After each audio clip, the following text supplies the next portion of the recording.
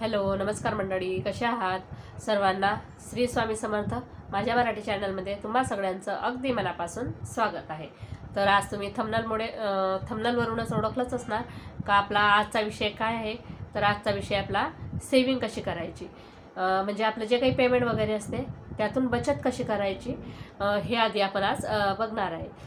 तर आपण ज्या एरियात राहतो किंवा आपल्या आजूबाजूला, मग ते कुठलाही भाग असो, तो शहरी भाग असो किंवा गावाचा भाग असो, कुठलाही भाग असो, सगळी लोक सारखी नसतात. तर त्यात कसं 4 प्रकारचे किंवा 5 प्रकारचे लोक असतात. खूप श्रीमंत, हायर मिडल क्लास, गरीब, असे 4 प्रकारचे लोक असतात. तर त्याच्यात कसं सर्व लोक सारखे राहतील असं शक्य नाही होऊ शकत. तर कसं आहे, कोणी 4 व्हीलरनं जातात, कोणी 2 व्हीलरनं जातं, काही लोक सायकलने जातात आणि काही तर बिचारे पायीसुद्धा चालत जातं ऑफिसपर्यंत, असेही लोक आहेत. तर आपण केव्हाही कसं आपल्या वरच्यांना नाही बघायचं, कधी आपल्या खालच्यांना बघायचं.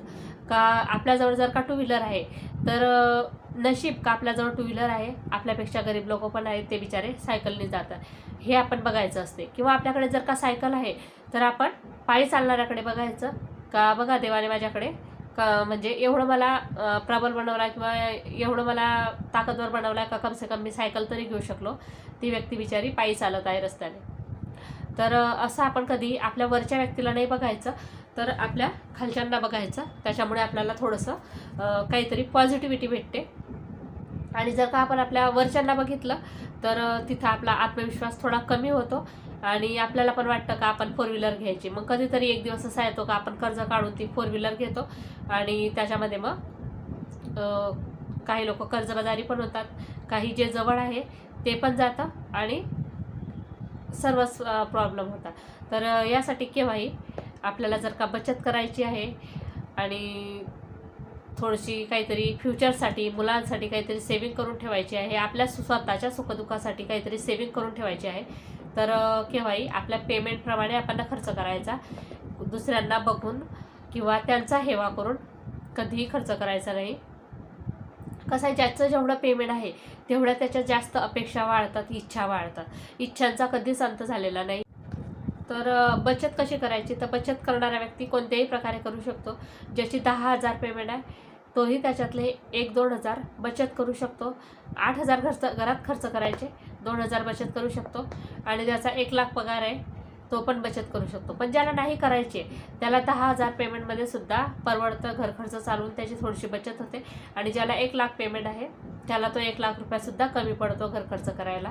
तर ह्या ज्याच्या त्याच्या इच्छा असतात, ज्याचा त्याचा खर्च असतो, याच्यासाठी ती म्हण आहे का जेवढं आपलं अंथरूण आहे तेवढंच पांघरून घ्यायचं. म्हणजे जेवढी चादर आहे तेवढेच पाय पसरवायचे, त्याच्यापेक्षा जास्त नाही पसरवायचे, नाहीतर माणूस प्रॉब्लेममध्ये येतो किंवा कर्जबाजारी होतो. तर आता कसं आहे, जेवढं आपलं पेमेंट आहे, सपोज आपलं पेमेंट 30,000 रुपये आहे, तर 30,000 रुपयातलं आपण 70% पेमेंट खर्च करायचं किंवा 80% पेमेंट खर्च करायचं आणि 20% पेमेंट तरी वाचवून ठेवायचं. म्हणजे आता जर का 30,000 आहे तर 30,000चे 3 भाग केले तर 21 ते 22,000 आपण 23,000 आपण खर्च करू शकतो.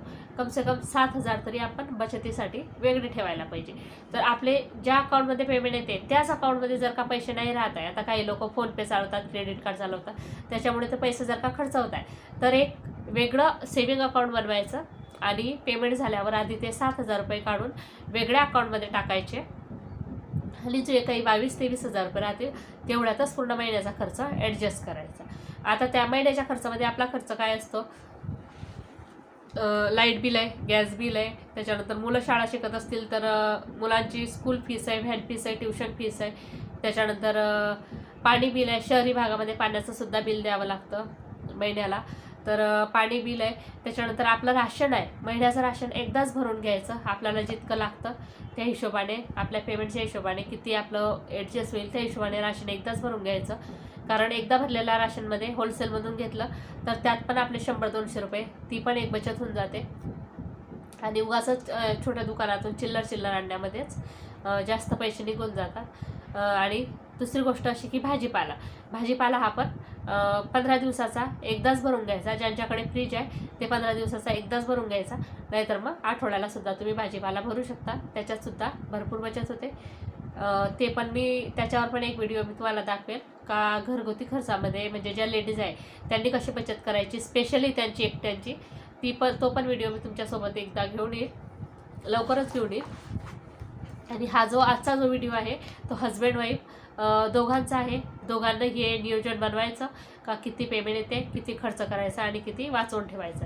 त्यात जर का 22-23 हजारात जर का आपले 17-18 खर्च होत आहे, 17-18 हजार रुपये खर्च होत आहे आणि जे 4-5 हजार रुपये शिल्लक राहत आहे ते तसेच अजून वेगळे ठेवायचे. आणि त्याच्यामध्ये जे काही कधी गावाला जायचं आहे, कधी दिवाळीची शॉपिंग करायची आहे, कधी घरात कोणाची तरी तब्येत खराब आहे, त्याच्यावरती ते पैसे आपण खर्च करू शकतो. त्याच्यामुळे काय होईल का आपले जे 4-5 हजार रुपये शिल्लक राहत आहे त्याच्यामध्ये म्हणजे ह्या महिन्याचे, त्या महिन्याचे, पुढच्या महिन्याचे असं 2-4 महिन्यांचे जरी एकत्रित केले तरी ते 10-20 हजार ते वेगळे सेविंग होतात.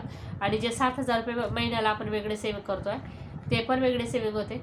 तर जे 7 हजार सेविंग होणार आहे ते तर वर्षानंतर आपल्याला 80-90 हजार रुपये ती एक ठोक रक्कम मिळेल. आणि हे जे वेगळे होतील याच्यात मग आपलं दिवाळीची शॉपिंग आहे, काही लग्न कार्य आहे, काही समारंभ आहे तिथं जायचं आहे त्याची शॉपिंग करायची आहे, त्याच्यानंतर मुलांचं काही हॉस्पिटल आहे, आपलं हॉस्पिटल वगैरे आहे, काही इतर खर्च आहे ते तेवढ्या पेमेंटमध्ये, तेवढ्या पैशांमध्ये आपण वरचेवरे भागवू शकतो. तिसरी गोष्ट अशी की मोठायकी कुठंही करू नये. मोठायकी म्हणजे कशी, घरी कोणी पाहुणे रावणे आले त्याचा आदर सत्कार नक्की करा, पण त्यांना दाखवण्यासाठी काहीतरी ब्रँडेड वस्तू घरात आणून ठेवणे, त्यांना दाखवणे का बघा आम्ही किती श्रीमंत आहे, आम्ही किती हायफाय राहतो, हे म्हणजे दाखवणं बंद करा.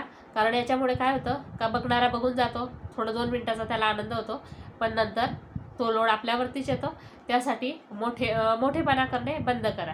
घरी आलेल्या पाहुण्यांचा सत्कार नक्कीच करा, त्यांना खाऊ पिऊ घाला, त्यांना कपडे वगैरे जे काही त्यांचा आदर सत्कार तुमचं म्हणजे ज्या पद्धतीने करायचं आहे ते तुम्ही करू शकता, पण ती खावा म्हणून असं काही नका करू. एक गोष्ट अजून अशी का कपड्यांमध्ये कधीही जास्त पैसे नाही वाया घालवायचे. कारण कसं आहे, कपडा आज न उद्या फाटूनच जातो. तुम्ही 5 हजाराची जरी साडी घातली तरी ते काही दिवसात फाटणारच आहे, आणि 500 रुपयाची घातली तरी ते काही दिवसात फाटणारच आहे. तर आपलं जेवढं पेमेंट आहे, तुमचं पेमेंट जर असेल तर तुम्ही 50 हजाराची सुद्धा वापरू शकता, मी तसं नाही म्हणत आहे. पण जर का आपलं पेमेंट कमी आहे तर आपल्या पेमेंटनुसारच आपण तेवढ्याच लिमिटचे कपडे वगैरे घ्यायचे. कारण कसं आहे का कपडा हा हलक्या क्वालिटीचा थोडा असला तरी चालतो, फक्त तो नीटनेटका असायला पाहिजे, व्यवस्थित स्वच्छ पाहिजे आणि 4 लोकांमध्ये चांगला दिसायला पाहिजे. असं नाही आहे का समोरची व्यक्ती म्हणेल का तुम्ही 5 हजारची साडी घातली तरच माझ्याकडे लग्नाला या, नाहीतर नका येऊ, असं नाही आहे. तर हा एक खर्च आपला बचत होते. म्हणजे इथं एक आपली बचत होते कपड्यांमध्ये का जास्त अति ब्रँडेड वस्तूच्या, अति ब्रँडेड कपड्यांच्या नादाला नाही लागायचं. कारण अति ब्रँडेड कपडे घेऊन पण ते कपाटात तसेच पडून राहतात. कारण आपण 1-2 वेळेस घालतो, परत नवीन फॅशन आली का परत नवीन घेतो, म्हणजे ती तसेच पडून राहतात आणि ते कपडे आपण नंतर मार्केटमध्ये किंवा कोणाला विकायला नाही देऊ शकत, आणि दिले तरी त्याचा तेवढी किंमत नाही मिळत. त्यासाठी आपलं बघायचं का काय किती पेमेंट आहे, कितीचे आपण घेऊ शकतो तेवढ्यातच घ्यायचं, नाही तर उगाचच दुसऱ्यांना दिखावा करण्यासाठी दुसऱ्याजवळ पैसे उसने घ्यायचे, नंतर ती वस्तू घ्यायची मग घालायची आणि सगळीकडे मिरवत बसायचं, हे चुकीचं आहे. तर अशा प्रकारे आपण आपली महिन्याची सेविंग करायची आणि अडीअडचणीच्या वेळेस आपले तेच पैसे आपल्याला कामात येतील. कोणाकडे कधीही हात पसरवण्याची गरज पडणार नाही, आणि तो आपला पैसा असतो, आपली सेविंग असते. आपल्याला अर्ध्या रात्री जरी त्या पैशांची गरज पडली तरी आपण ते हक्काने काढू शकतो. पण तीच सेविंग जर का आपण नाही केली आणि कधीतरी आपल्याला जर पैशांची गरज पडली तर आपल्याला दुसऱ्यांना मागावे लागतात, याला फोन करा, त्याला फोन करा, 10 लोकांना फोन करावे लागतात. त्यातून कधीतरी एक व्यक्ती हो बोलते, त्यात पण आपण 10,000 मागायचे तर फक्त 5,000 हजार आपल्या हातात ठेवते, आणि त्यात पण त्याचे उपकार असतात आपल्यावर. तर त्यासाठी खूप अति गरज पडेल तुम्हाला तरच दुसऱ्याजवळून पैसे उसने घ्या, नाहीतर आपलं जेवढं पेमेंट आहे, जेवढं आपलं पगार पाणी आहे तेवढ्यातच ॲडजस्ट करणं शिका. आणि महिलांनी पण पुरुषांना सपोर्ट करा. कारण कसं आहे बऱ्याच घरांमध्ये असं बघायला मिळतं का त्यांच्या हस्बंडचा पेमेंट वगैरे कमी आहे म्हणून ती स्त्री भांडण करते का बा एवढं कमी पेमेंट आहे, माझ्या जे काही अपेक्षा आहे इच्छा आहे त्या पूर्ण होत नाही आहे, मला ही वस्तू घ्यायची घरात ती वस्तू घ्यायची आहे. तर असं नाही आहे, हे चुकीचं आहे. कारण कसं आहे का स्त्री आणि पुरुष हे एका गाडीचे 2 चाकं आहे आणि दोघं चाकांनीच ती गाडी चालेल. जर त्यातलं जर काही एक चाक जरी डगमगलं तरी ती गाडी एक संसाराचं गाडं नाही ओढू शकत. तर त्यासाठी इथं दोघं हस्बंड वाईफचा एक दुसऱ्याला पूर्णपणे सपोर्ट पाहिजे. प्रत्येक जे काही नियोजन करताय तुम्ही, ज्याही कामाचं नियोजन करतात त्यात दोघांचा सल्ला पाहिजे. तर त्या प्रकारे ते काम पूर्णपणे मार्गी लागू शकते. तर इथं शेवटी मी तुम्हाला एकच सांगेल का दुसऱ्यांची बिल्डिंग बघून आपली झोपडी कधीच जाळायची नाही. आपली जी झोपडी आहे ती आपल्यासाठी लाख मोलाची आहे. कारण दुसऱ्याच्या बिल्डिंगमध्ये कोणी आपल्याला उभंसुद्धा करणार नाही. त्यासाठी दुसऱ्यांचा हेवा नाही करायचा. आणि तुम्हाला व्हिडिओ आवडला असेल तर व्हिडिओला लाईक करा, शेअर करा, कमेंट करा आणि सबस्क्राईब करा. आणि कमेंटमध्ये नक्की सांगा